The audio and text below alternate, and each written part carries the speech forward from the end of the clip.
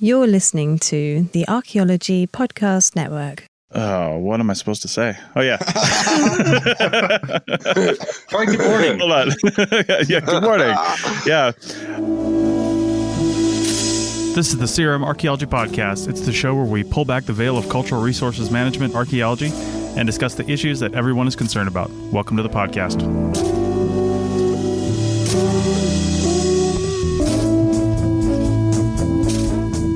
Hello and welcome to the CRM Archaeology Podcast, episode 154 for January 2nd, 2019. I'm your host, Chris Webster. On today's show, we talk about working yourself out of work, not only as a field tech, but as an entire industry. So get ready to argue again, because the CRM Archaeology Podcast starts right now.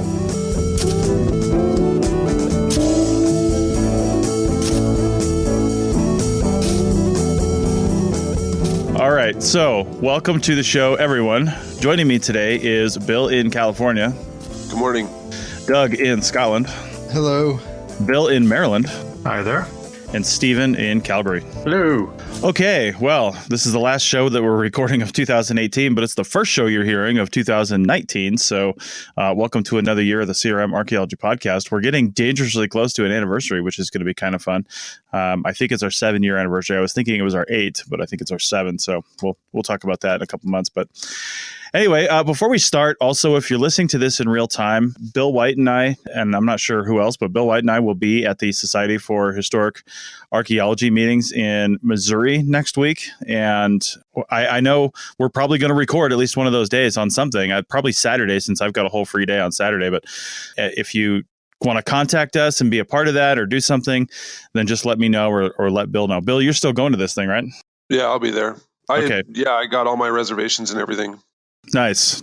All right. So again, if you're listening to this in real time, check that out. We're probably going to record the next episode of the CRM Archaeology Podcast at that conference, because our normal recording day I'll be flying for, and so will Bill, because I'm leaving on Sunday.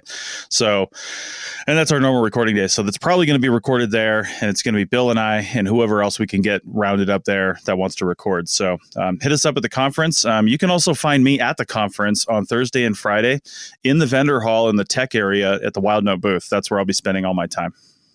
Okay, so the topic for today is just simply titled Working Yourself Out of Work. And just in our really quick pre-show conversation about this, we realized that we all have different ideas of what that means when we hear this topic. And this actual topic was added to our list of possible discussion topics about a year and a half ago by one of our former co-hosts, Chris Sims of the Go Dig a Hole podcast. Go check that out. And he put this on there, and he had some talking points. So I thought, well, let's just pull this out of the archive, basically, of our episode list and talk about it. So I'll kick this off. When I hear the phrase working yourself out of work, my first thing the first thing I think of is when you hear people say, you hear people on a project and the crew chief or the project manager is saying, hey, let's get up that hill faster. Let's dig that unit faster. Let's do this. Let's do that. Let's take a shorter break. Let's do whatever we have to do. And immediately people start saying, well, shit, I'm working myself out of work here. You know, I'm working myself out of a job, because we all work job to job. And if you're not permanent with that company, then you have no incentive to work faster, to work more efficiently, because the more efficient and faster you work, basically, the sooner you're out of a job. And there's really no incentive there. And it's a real big problem in CRM, I think, that we can't incentivize people to work more efficiently and faster, because we are literally working them out of work. There's other industries, like the construction industry, where if you actually finish early, you get an early completion bonus. And let me correct that. The company gets an early completion bonus. I'm not sure the individual bulldozer operators get an early completion bonus, but maybe they do. Who knows?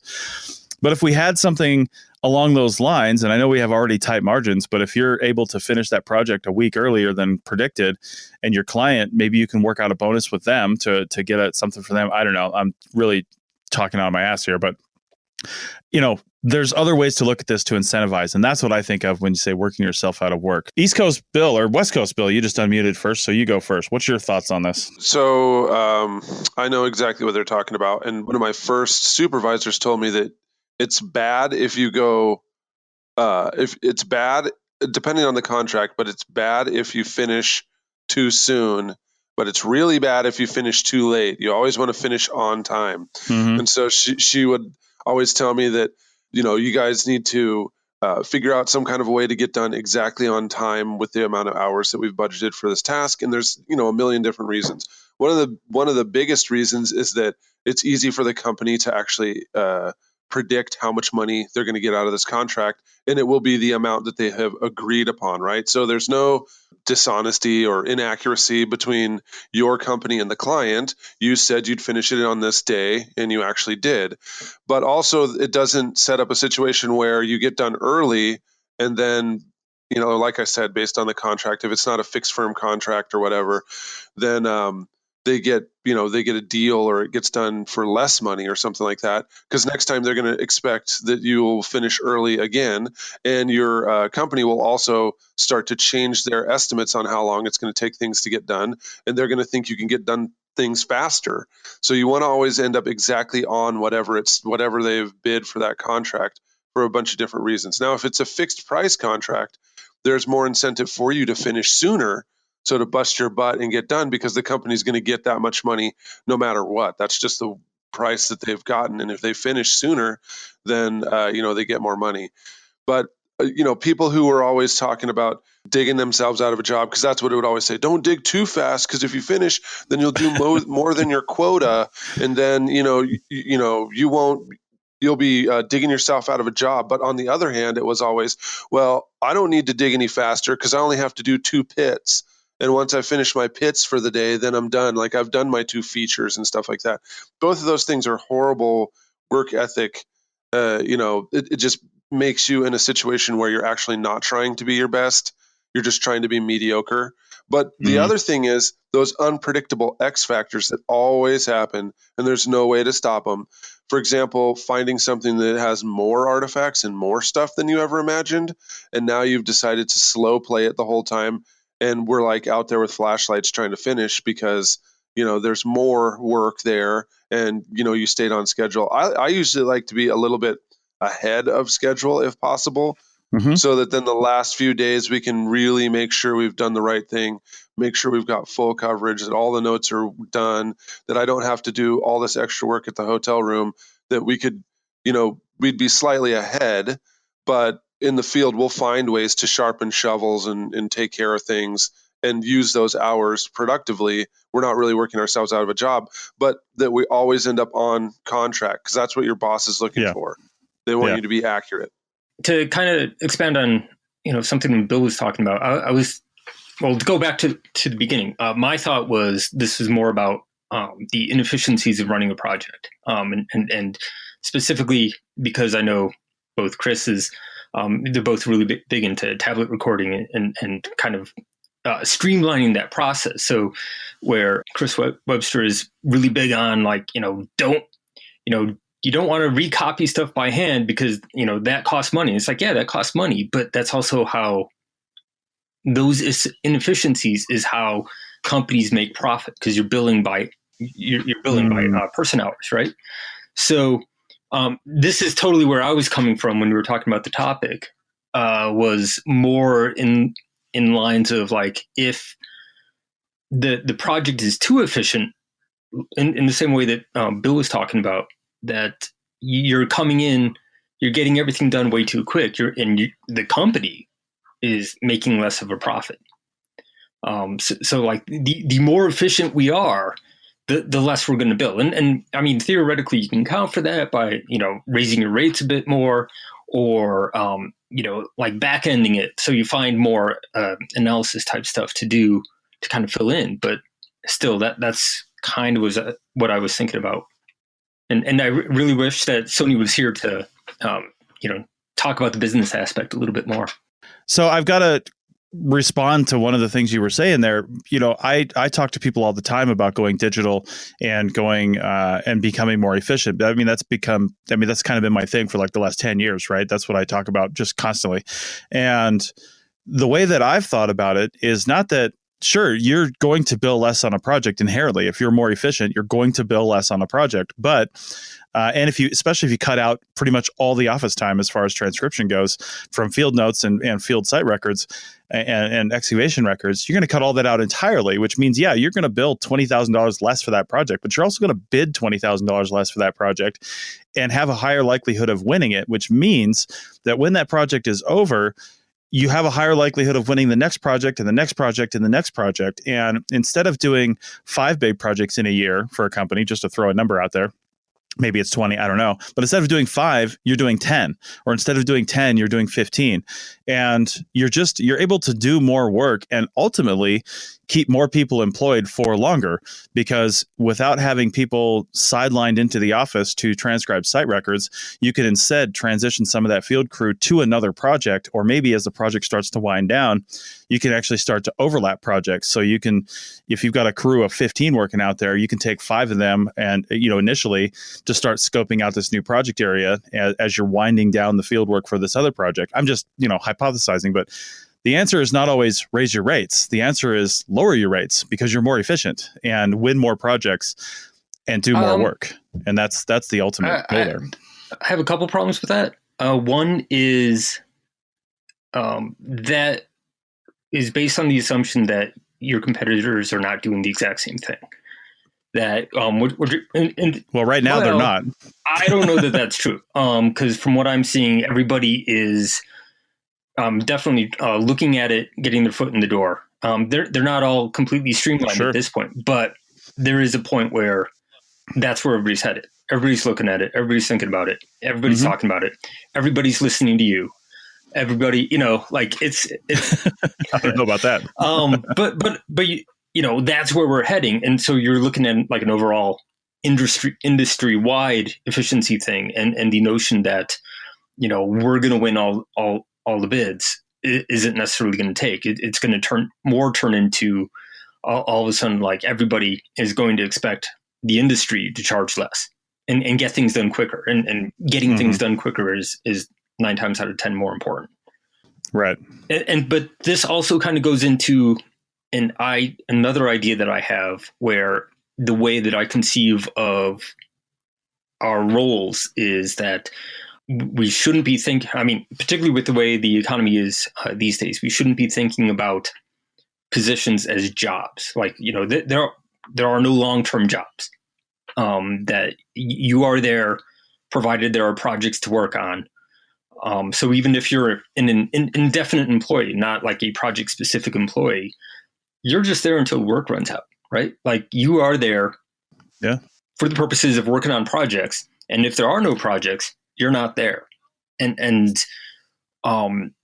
which is very much not the way traditional thinking is structured. It's not the way like Social Security is structured, or employment-based health insurance isn't structured that way. Those are, structured in the way of like you have a career with a company.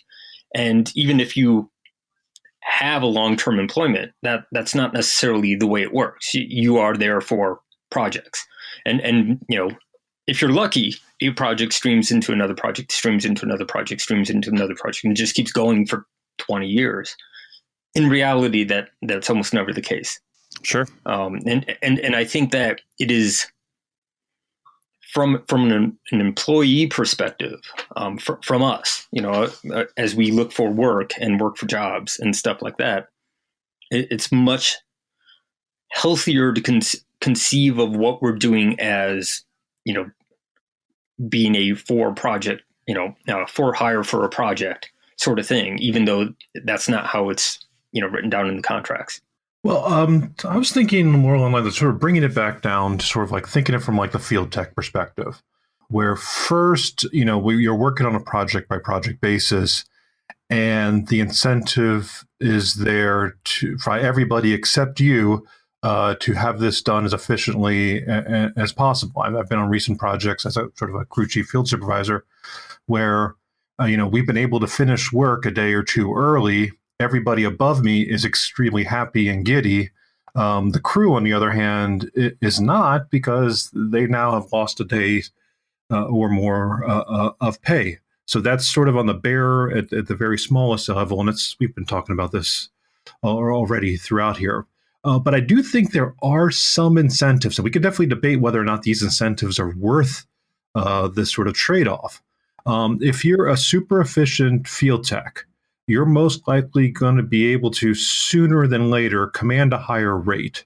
So that then you can get a higher rate than other field techs out there, which can somehow possibly mitigate some of the lost time. The more important one, is sort of what we've been sort of really talking about, is the being access to projects. If you're super efficient, you're more likely to get hired onto other projects because people know your skill set. You've proven yourself. You're a proven asset, and companies are more willing to take a chance on you or to put you out there in the field because they know what you're going to produce. Now, that also has its own double-edged sword. If you price yourself out too much, you're too efficient. And I'm now thinking of the 15, 20-year field techs where I've known this. I've seen there and I've been, in sort of the budgeting meetings on this. You realize you can't afford to put this person on this project because they cost too much. And all of a sudden now you have priced yourself out of work because you're no longer, economically efficient. You're probably the best person they could put out there physically, but economically you're no longer a viable person on there. So it's a very weird game that's being played here, and it's normally always the tech or the person in the field who's on the losing end of this game. It's if the company makes more money because you've spent less on the project, you don't normally see any sort of like immediate bonuses or thing like that as you would see, because even like in the construction, those go to the project managers and people like that. That's why project managers are such whip drivers on even when you have I've been on projects recently where, we have 2 weeks in the field, but then we have the project manager who's overseeing the larger project, say it's a construction project, and they're riding me every single day out in the field to try to get done sooner because they want it done sooner so that they can get a bonus at the end. Even if we're within budget and everything's working fine, they're still going to ride you to get faster because they have a financial incentive into that. So that's definitely something not to forget about during all this. That the tech is just sort of navigating within this system that's with all the other pieces going way above their heads. Yeah, there are certainly a lot of complex pieces at play here to this entire equation, and Doug wants to double check my math, but we're going to do that on the other side of the break, Doug, because that could take a minute.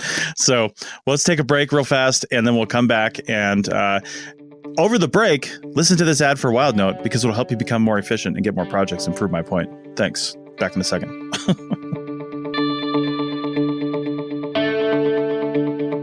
Hey everyone, I promised you an ad for WildNote, and this is Chris Webster for WildNote. So as some of you may know, I am also a CRM sales specialist for WildNote. So if you are in CRM archaeology and you want an account with WildNote, I'm the one you would talk to. If you sign up and you didn't talk to any of us, I will call you and make sure you're on the right track. But this is what I do. So Steven said in the podcast that everyone is doing something digital and your competition is always thinking about digital. Now that might be true. They might be thinking about digital, but I make a lot of calls every week. And there are a lot of people that don't actually know what to do to solve this problem. So if you want some help with it, we're in a transition period and you should have some assistance. Hire the experts. Talk to me, Chris at wildnoteapp.com. Check out the platform, wildnoteapp.com. We have a free 30-day trial. You can use that. I can extend it for you. No big deal. But go check it out. We have CRM forms over there, archaeology forms, biology forms, administrative forms, wetlands forms. Check it all out, wildnoteapp.com. And email me, Chris at wildnoteapp.com when you're ready to go. Now back to the show. All right, welcome back to episode 154 of the CRM Archaeology Podcast, where we're talking about working yourself out of work. And Doug, you had a comment on, I don't know if it was my math or somebody else's math, but you had a comment on math. So let's alienate our entire audience and talk numbers. Yeah, no, it was actually a comment that you had said, Chris, when you were talking about how, you get the work and that you then get to employ more people and stuff like that. Mm-hmm. But actually, archaeology is a finite, I guess you could call it, economic model, in a sense that if you hand back $20,000 to the clients, that money is never going to be spent on archaeology. Like if we were doing mass producing sort of something, an object or a service, lowering your price might increase the market, but it wouldn't. So like the classic example is like PCs, personal computers. They costed a small fortune in like the 80s, there were several thousand. And then as the price dropped, more people bought it. And so actually the total market expanded and, is now worth billions and billions. But archaeology, if we hand back money, the market's just going to shrink.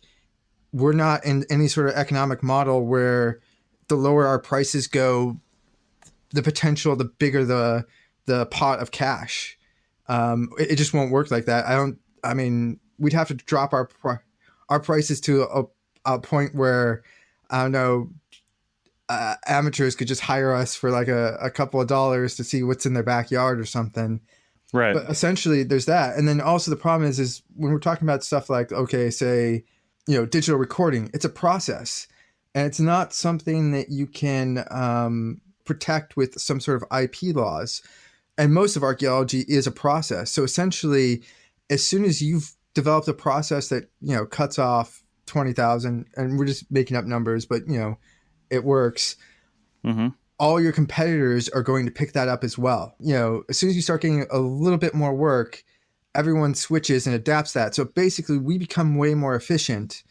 And the question is, that actually just shrinks the amount of money that's ever spent on archaeology goes down the more efficient we are, and it never goes back to archaeology. And I think it'd be, maybe it'd be worth talking about the moral aspect of this, because I hear some people have done the argument that, it's actually moral to provide the best value for our clients. But if we're doing that, we're not providing the best value for ourselves. And also, I could see like, so maybe some of our clients are the National Park Service. And yeah, when we're giving that money back, that means that they're going to build more trails, pay for more firefighters, stuff like that, when the forest fires kick off and all that stuff, it goes back into the pot. But if you're giving it back to a multinational global company, you've probably just helped pay for like one trip on the CEO's private jet, but it hasn't gone back to a general public good.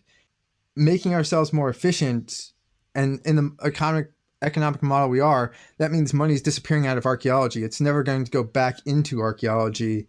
And the question is that moral, I think, or is it not? And I'm not sure where do you guys come down on that? Well, first off, I think your math is a little bit interesting, because we're not talking about saying a company gave you $100,000, but you did the project in $80,000 and you're going to hand them back $20,000. A lot of projects are just simply not run that way, right? You bid a project out at less money to begin with. So you're not handing them back money. I mean, I guess in a sense you kind of are, but you bid the project a little bit lower to begin with. And here's the deal too.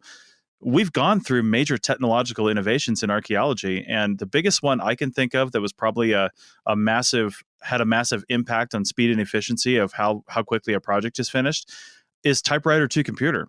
Because we used to type all our site records, and that takes an incredibly long period of time versus doing it on a computer. Even if somebody's a slow typer on a computer versus a typewriter, that is inconsequential, because on the computer you've got spell check and other things that are, able to make corrections quicker, able to make updates quicker, things like that. Then you can print out your site records. So that was something that more than likely, without any evidence here, but just looking at it, more than likely increased our speed and efficiency. But there's more archaeologists and more archaeology companies and more archaeology projects now than there was 30 years ago. The contracts actually are formed in a lot of ways that we do give that money back if we end up early. Sure, you're right. That might be true. But also, it's money they're not spending on archaeology. So in a sense... But that doesn't matter, Doug. Well, as an archaeologist who likes to do archaeologist, I think it... or likes to do archaeology, I think it does matter, because in a sense... Yeah. This is what I'm asking is, we're basically giving money back that could be spent on archaeology, or paying for archaeologists. And realize part of that's not just doing the work that's being done. Part of that's going to be overhead. Some of that's going to be keeping someone in a career for a while longer so they could develop more skills, so they maybe can go on to do something else. So it's a huge thing, but we're basically giving, when we become more efficient, that money rarely stays in archaeology. Like it usually. But there's no evidence for that, Doug. There's no evidence for that, because if you look at a company that is actually paying to have archaeology done, chances are they're a company that does this more often than not, right? They're a mining operation. They're a construction company. They're somebody who needs to have this done. It's not a one-off. Okay, so if that's the case, and let's say their budget for archaeology for the year is $100,000, and they've got an $80,000 project and a $20,000 project, but you say you're going to take $100,000 to do that one project. Well, now you're only doing one and you're taking up their entire budget for the year. But if you were able to do it more efficiently on both sides, now you can get both projects done for the same amount of money. And that is getting more archaeology done if we were just going to use that simple case of doing more archaeology. I think it's a lot more complicated than this, though. And, if the whole point is that if you're not doing another project with this company, because you handed them back, in your words, $20,000 because you did it more efficiently, that just means you can go do another project that you weren't going to be able to do to begin with because you were still on this old project. Yeah, but that was $20,000 that was going to go to overhead and paying people's, wages and insurance and all that other stuff, right? That's $20,000 that they could have had. That's why if you say you're going to do it for $80,000, you need to do it for $80,000. Right, but you're going to get that money from some other project. Yeah, and like that's not how very few places budget and say we have a finite budget for archaeology. So in any construction company, they're going to be like, let's get this for the cheapest possible amount.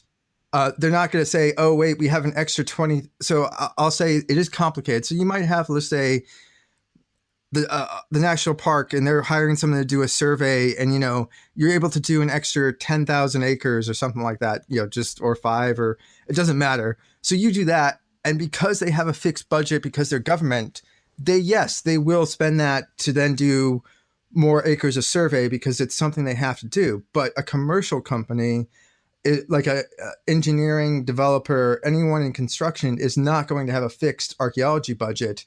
They're just going to say, oh, great, we just spent a little less money on archaeology.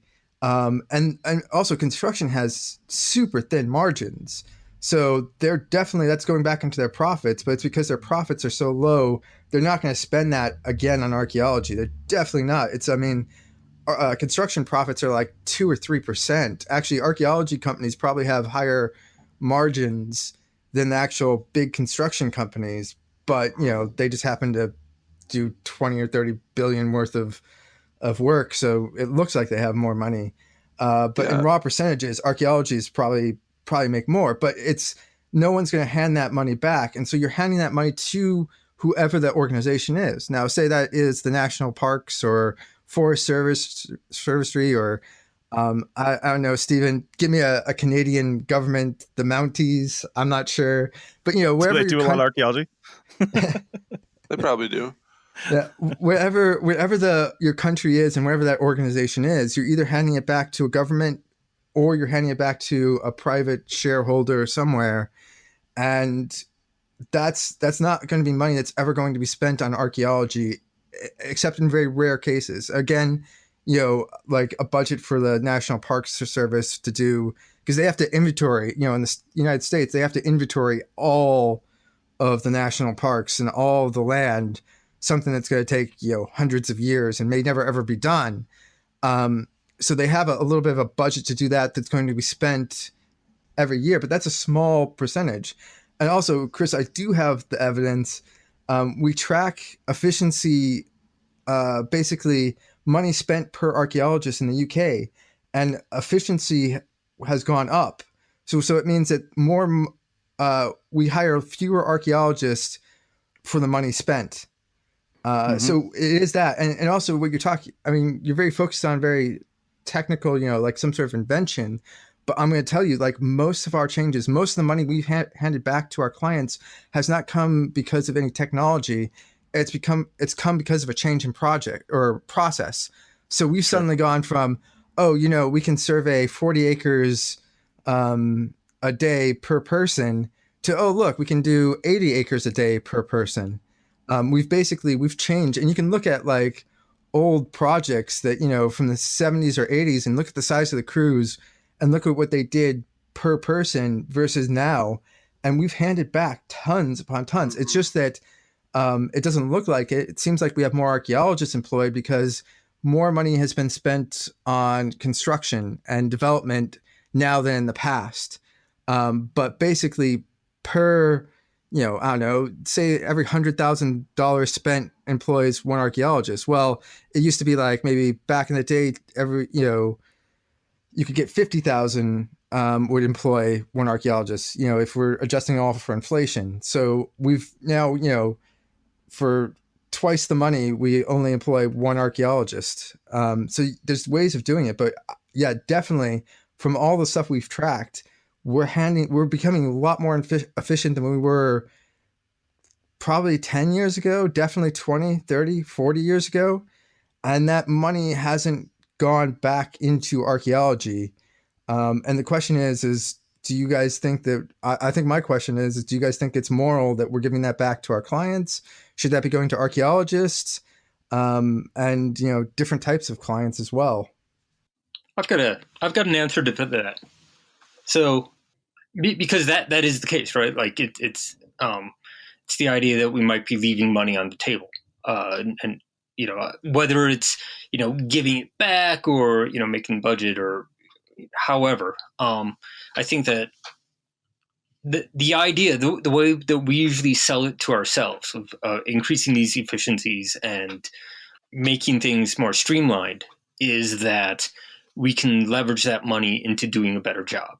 And to go back to Chris's example of going from the typewriter to the computer, if you look at CRM reports from the 80s and then CRM reports from, say, the mid-90s, when that transition was, occurring, the quality of reports greatly increased. Whereas it used to be like, we looked at this 40 acres. We didn't find anything. And it's like, well, how many shovel tests you put? Where'd you put the shovel test? How there's like no detail whatsoever in the old typewritten reports.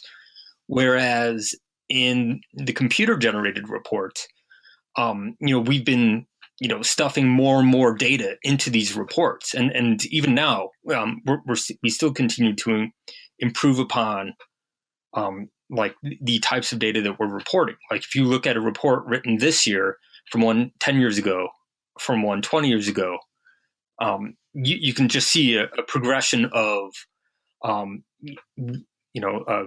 gradual improvement. And whether it's going from typewriter to computer or film camera to digital camera or any of that stuff. So I think the idea is that we become really efficient at recording data in the field or, in the lab. So as opposed to manually handwriting stuff down and then, typing it into a spreadsheet and then turning that into, running that through the analysis, it goes through a tablet and straight into like a database and the, initial, descriptive statistics are, just automatically run, which, is then automatically populated into like a digital report template and just, thus saving us days of, typing stuff up or whatever, that we take those days and we keep them as billable, but we, basically wrap them to the tail end and we do more work and we get more data, we get more analysis, we do more with it as opposed to just describing what we have. But the big question there is, how do we do that and what exactly are we going to present? Yeah, my question is not so much that like we're going to become more efficient no matter what we do. It's what we do with that extra, the results of that efficiency, whether it be money or time or better archaeology. I don't think any of us are arguing that we should be less efficient.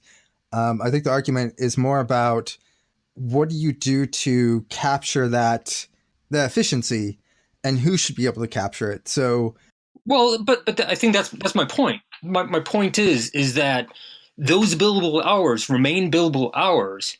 It's just that what we're doing during those hours is a different sort of thing.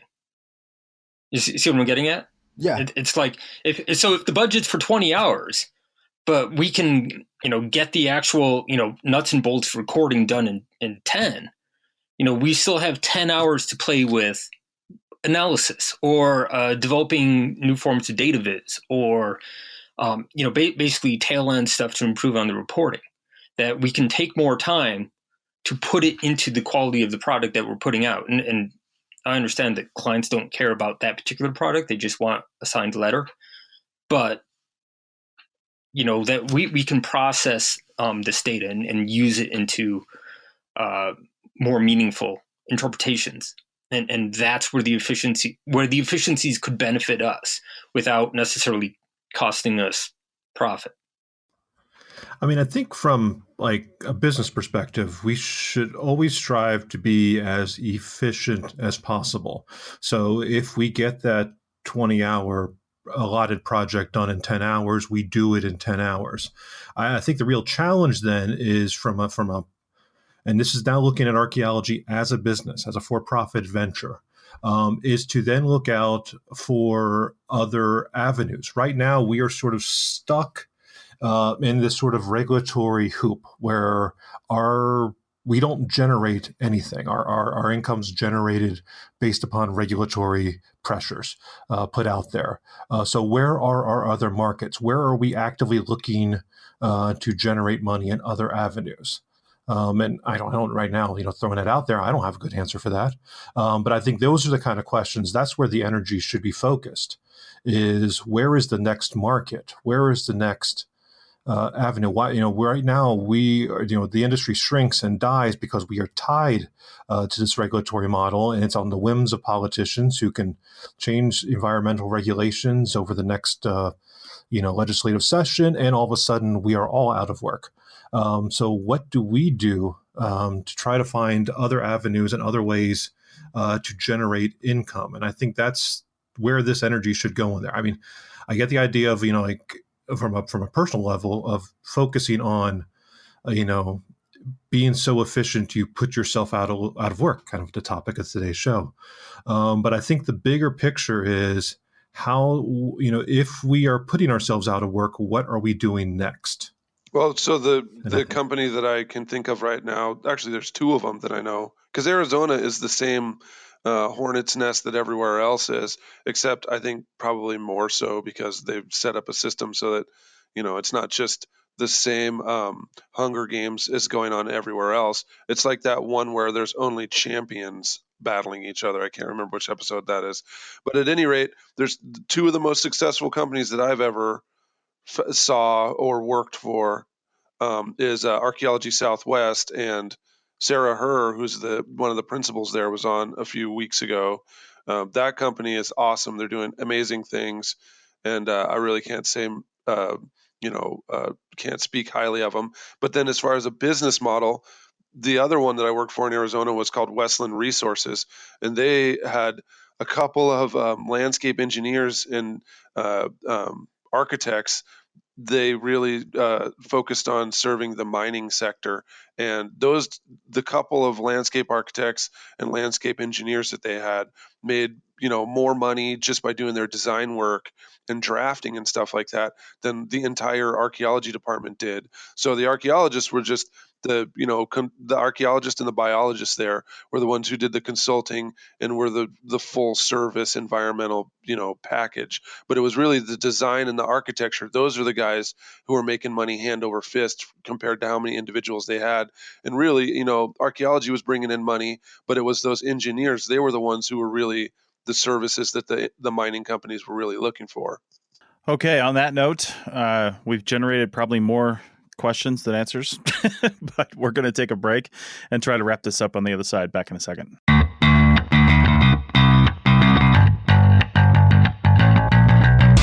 Hey, Chris Webster back again. So if you don't want to be inefficient in your job and be pushed out of archaeology because of a lack of skills or something else, then check out the offerings from Team Black over at arccert.black. That's ARCHCERT.black. We have monthly webinars. In fact, we have something every week. They happen once a month. We have webinars on getting jobs, webinars on drones and getting out of archaeology, mapping, using tablets, digital workflows, all these things that will keep you employed through the hard times, okay?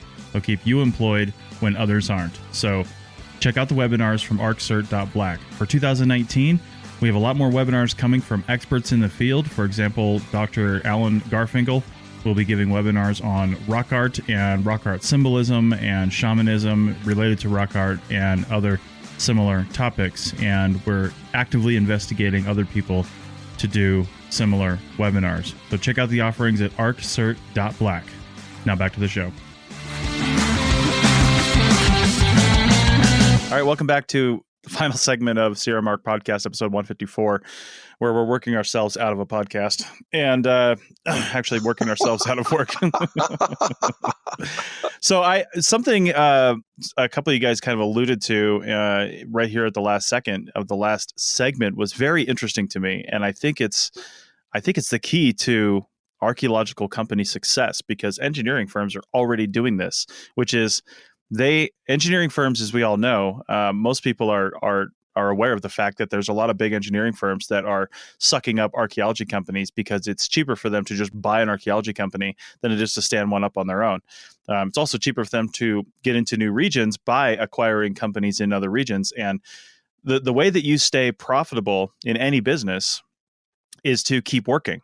And in some businesses, the only way you can keep working is to expand into other regions, because in a job like archaeology, where Bill mentioned all the way back in the first segment, West Coast Bill mentioned in the first segment, we're going on the assumption here that we'll always have work available in your region. Well, that's not necessarily true. If you're going on the assumption that you're always going to have work available in your region, I hope you have a very productive region. Like if you work in California, that might be the case because their laws are such that you have to do archaeology more often for more various cases. But the way most companies do it is they just work in other regions, right? They get certified to work in another state. They keep branching out. This is how other offices get opened. And the other way to do that, and this is what engineering firms have capitalized on, is to have other verticals, it's called. So engineering firms will say, okay, we'll do your archaeology, but we'll also do your biology, we'll do your geology, and then we'll build that bridge for you at the same time, right? We're just going to do all this and it's going to be cheaper for you to bundle together. We've all heard of the bundle. Cable companies do it. Cell phone companies do it. Everybody does it. And it's actually the way to keep working and to keep doing more things. So what can archaeology firms, small CRM firms, what can they do to use the things that they already know how to do and approach these other verticals? Maybe they hire biologists, something like that. But I'm not even talking about that. I'm talking about use the people you have. You have an entire GIS department that in the slow times could be doing GIS work for other companies entirely, could be working for housing companies, could be working for the city, could be working for somebody else.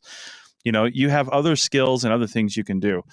Do we have thoughts on this, on other verticals and other ways that companies can stay profitable? Because like you guys mentioned, as we all start becoming more efficient, and that's going to happen, regardless of what we do with this extra money Doug was talking about, regardless of what we do with the extra time, we're in a weird transitional time period where certain companies are becoming, they're entering that digital archaeology transition more smoothly than others are. But eventually everyone's going to be back to a level playing field.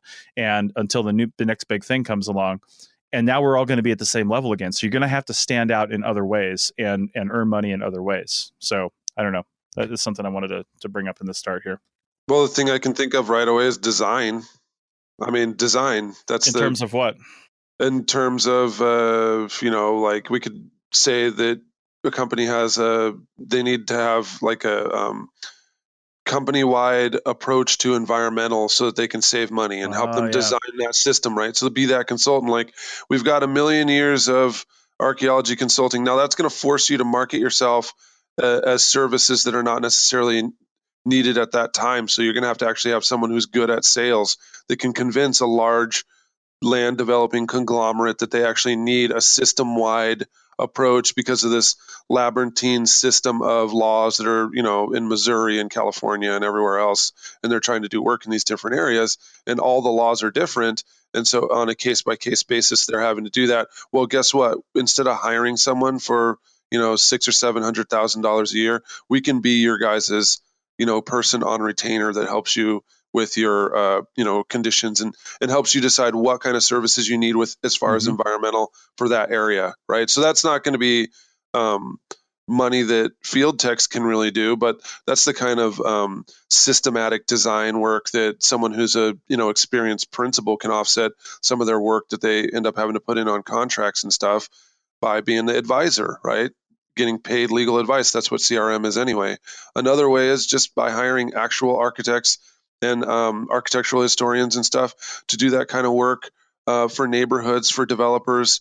When they want to go into an area and they want to do some kind of, townhouseization of an entire area, but there's potentially historical things, rather than paying for the full formal, they can be on retainer to give that kind of advice and strategize and help them figure out how they can get their project done.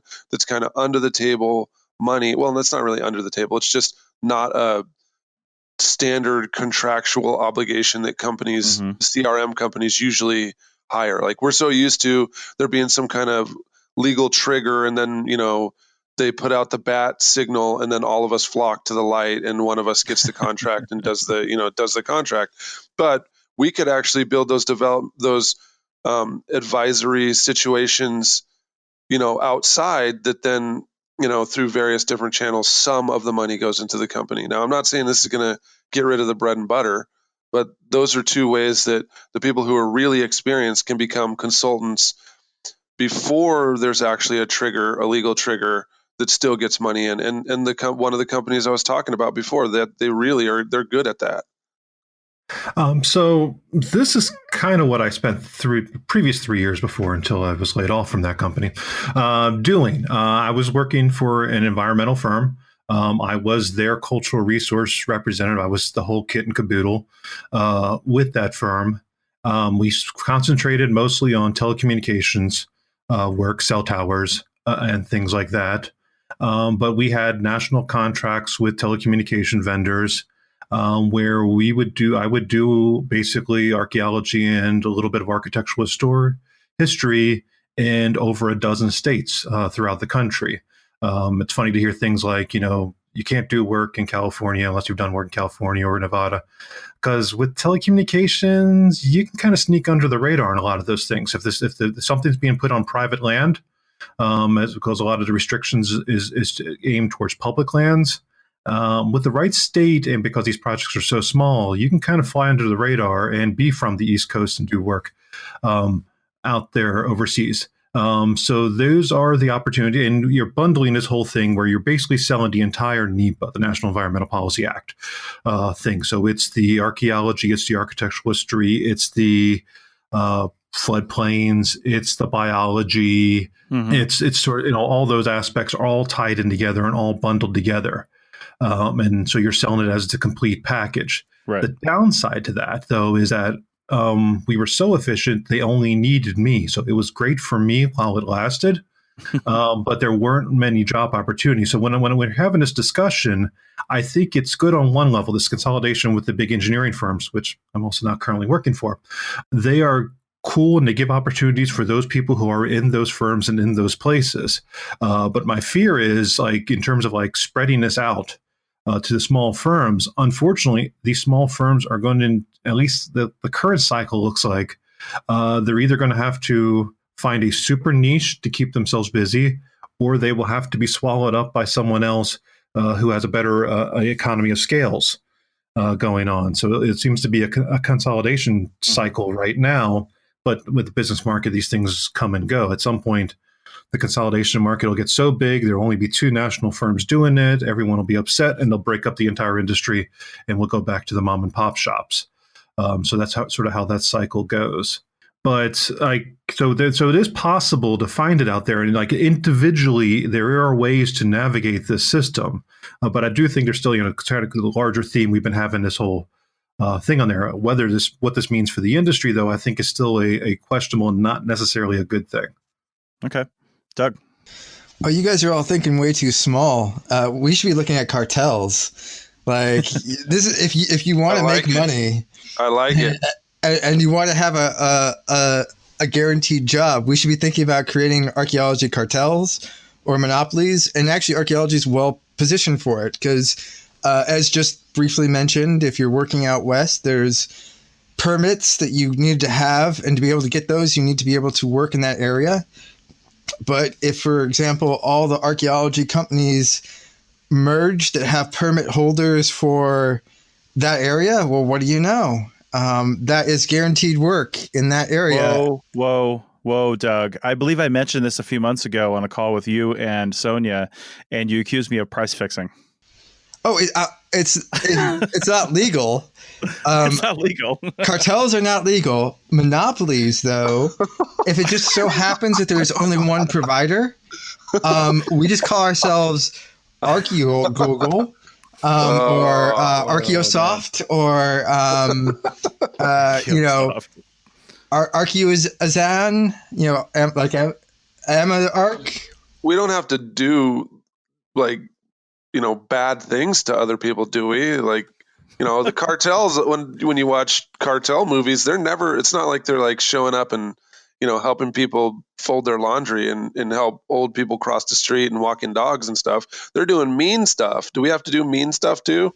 I don't know. We're not necessarily helping people fold their laundry and walk their dogs across the street right now. So, but wherever your moral compass takes you, Bill, that I'm fine with that. I'm just telling you how you can have the resources to be able to use your moral compass. And what you do with that is completely up to you. But yeah, I mean, if you're talking about like, if you really want work, merge a bunch of those archaeology companies together, control all the permit people, and then you have all the resources that you need to keep people employed, to do good archaeology, and to not have to worry too much about, battling it out for the scraps or whatever. I think there's going to be some downs, some downs. There's a lot of downs, but tell me. Well, I can think of one or two, but name some downsides to having a monopoly of archaeologists. Well, so I think the number one downside is that we don't really. There's not full employment for everyone who wants to do archaeology, because the one example I can think of right away, going back to Arizona, is the state of Arizona, where a lot of the companies work with the universities to kind of screen students, and the degree programs are founded by people a lot of times that did CRM in the area, so they know the employers, and the employers actually come in and talk, and all of your projects are aimed towards being able to either get grants or CRM contracts. And all the people who are in charge of all the state agencies and everything, they all went to either Arizona State or the University of Arizona, and they all know each other, and all the companies were founded by people who all went to the same universities. And if you come in with a degree from California into Arizona and you didn't do Arizona work, it's like you're like not even an archaeologist. You're just not a person. Did you take the field school from this college or from that university? Nope. Well, then you don't know the state of Arizona. Oh, wait, I did. Okay, well, have you ever worked for this company? No. Okay, well, you can't work here. And so that's kind of what is happening there. They're just, New Mexico. I don't know New Mexico. Doug, you can probably tell me more about it, but that's what some states have basically set up. If you didn't go to school there, you didn't work there, you can't get jobs there, you can't basically get contracts there. Your company can't move into those states because it's all dominated by a group of individuals. Well, so I should say a couple of things. One that's not related to monopolies per se, in the sense of, if you look at everyone outside of archaeology, not everyone is able to have the opportunity to do the job they want. Like, I mean, right now I do archaeology, but the job I want is to stay home, do nothing, and get paid millions for it. But in a sense, yeah, I mean, a monopoly could be set up to keep people out. But even with a monopoly, you might be able to increase the number of jobs. But without a monopoly, there's still not going to be enough jobs for everyone who wants an archaeology job. And this comes back to you, Bill, and your moral stance there. A monopoly will give you the power to keep people out. You don't need to use that power. Use the force for good, Bill. But in a sense, a monopoly is a tool. It doesn't, just because you have a monopoly doesn't mean you need to keep people out of doing archaeology. But yeah, it's a tool, Bill. Use the force for good. I was going to say, we all saw what happened to the Jedi. So, I mean, they kind of had a monopoly on good, and that didn't end up so well. You guys, you know that there are cartels out there, and they're the big engineering firms. It's going to end up, give it a few years or maybe 10 years, it's going to be like 6 companies in this country that actually do archaeology, and they'll have purchased all the small mom and pop firms because they control the small micro regions, and that's the best way for them to advance. And archaeologists, we never stop talking about money and how much we don't have. So when you take a small mom and pop firm and an engineering firm comes along and says, I'm going to wipe out all your debt and give you $20 million for your company, they're going to sell, right? They're going to sell. And that's how these things work. So we've seen that rise in the last 10 or 15 years of engineering firms saying, this one vertical we don't have, this one service that we keep having a contract out for, we're just going to take it. And that's what they're doing. Yeah, and the people, a lot of those guys who started those companies now, the people who started in the late 70s, 80s, they're ready. Yeah. And we spoke earlier about how archaeology companies really don't have intrinsic value. Like, we don't have real estate a lot of times. We don't have stocks, investments, or other side businesses that are, all assets.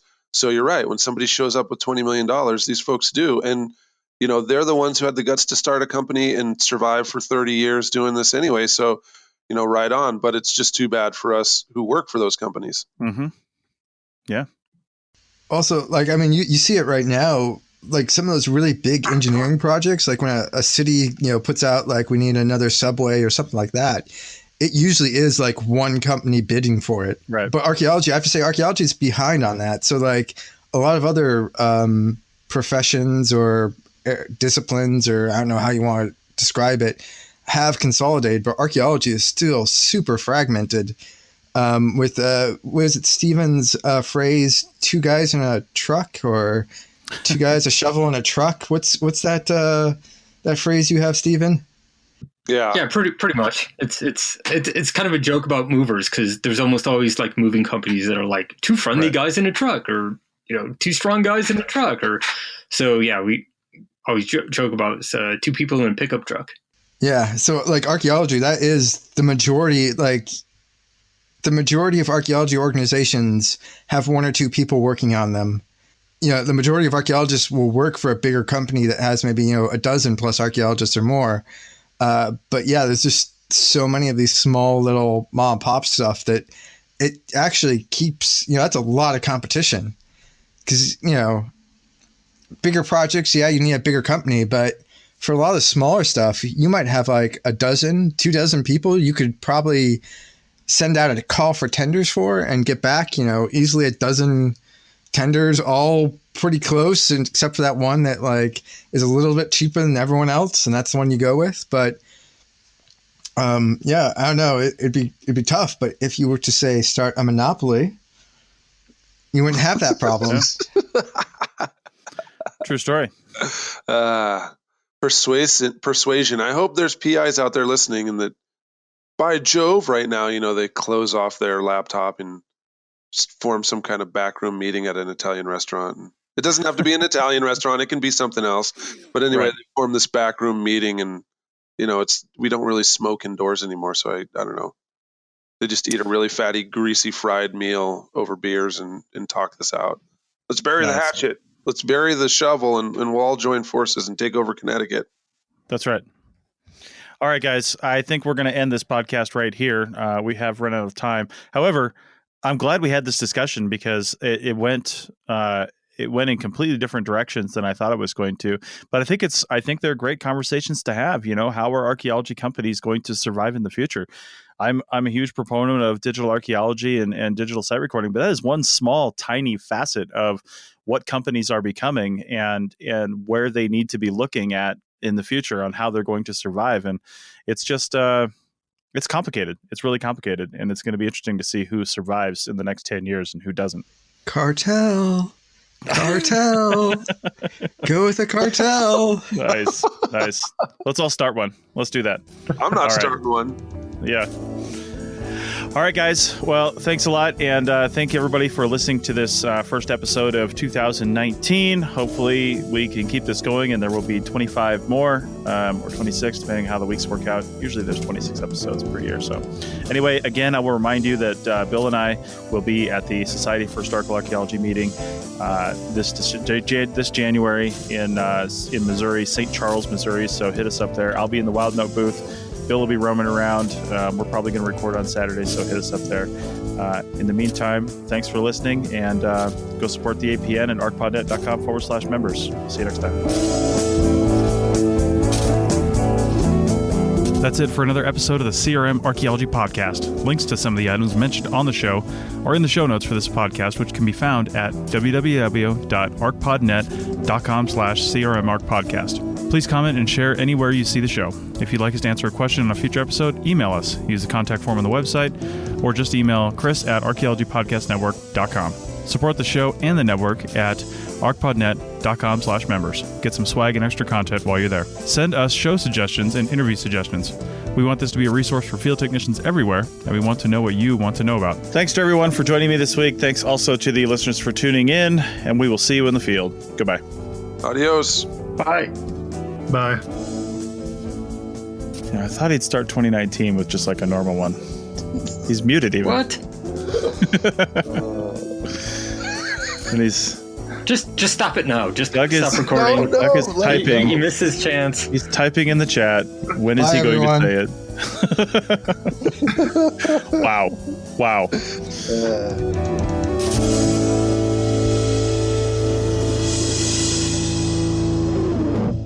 This show is produced and recorded by the Archaeology Podcast Network, Chris Webster and Tristan Boyle, in Reno, Nevada, at the Reno Collective. This has been a presentation of the Archaeology Podcast Network. Visit us on the web for show notes and other podcasts at www.arcpodnet.com. Contact us at chris@archaeologypodcastnetwork.com. Thanks again for listening to this episode and for supporting the Archaeology Podcast Network. If you want these shows to keep going, consider becoming a member for just $7.99 a month. That's cheaper than a venti quad eggnog latte. Go to arcpodnet.com/members for more info.